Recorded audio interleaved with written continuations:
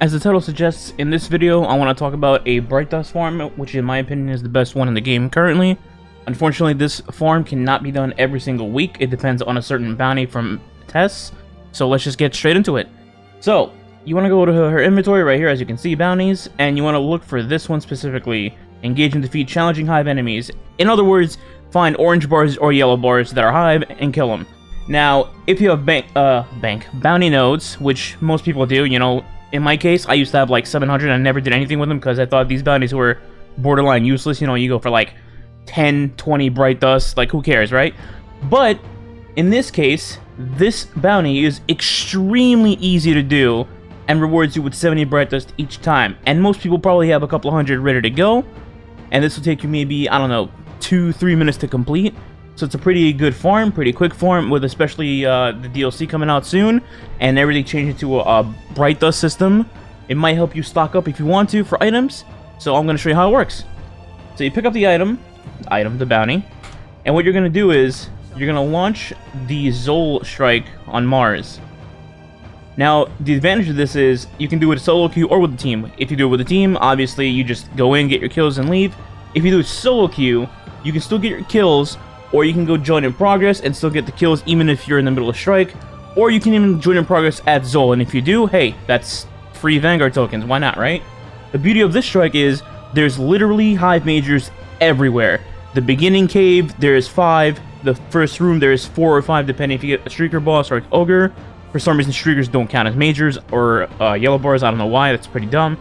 The next room after that has 3 more majors, followed by another 5, I want to say.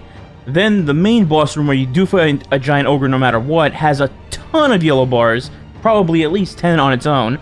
Followed by that, a couple more. Followed by that, a couple more. And then you get the Zol. Even at Zol, you fight a couple of ogres and some wizards for some more yellow bars. So basically, no matter where you end up in the strike, you will still get yellow bars. And if you start at the beginning by yourself, hey, you can just kill the first 2 rooms of the strike by yourself. Boom, you're done. Go to tower, get your 70 bright dust, get a new bounty, rinse and repeat. Like I said, it takes a couple of minutes to finish either way, solo or with a team. In this case, you can see I went in solo, so really, it's an advantage to me. It's not really a disadvantage. They're pretty easy to kill, you know, it's a standard strike, it's not a nightfall. You just go in, you could literally do anything. You could go in with mountaintop, you can go with a shotgun, you can go with a sniper, you can use any heavy you want, it doesn't matter, it's that easy.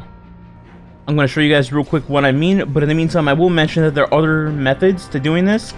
I don't really think they're as optimal or as quick, but they are options if you own Seeds of Opulence.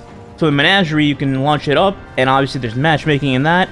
And if you're lucky, you will have a hive-related room to start with yellow bars, which obviously helps. And then there's several encounters where it's hive-related, and there's tons of yellow bars in Menagerie.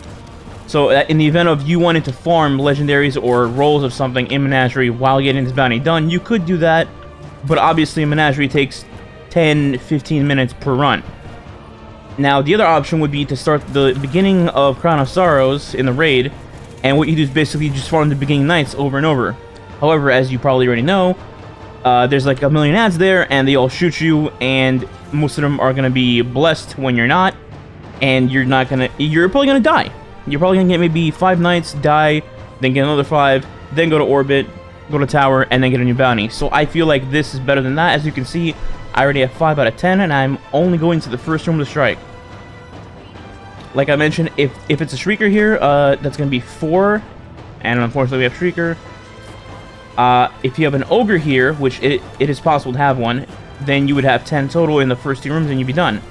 But in this case, I'm going to have 4 because the Shrieker does not count as anything by the game.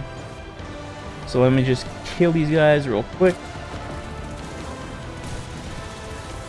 I should already be at 8, 9. Alright, I'm at 9 out of 10, so you can pretty much skip the rest of these. They're all red bars, they don't matter. You pull the switch.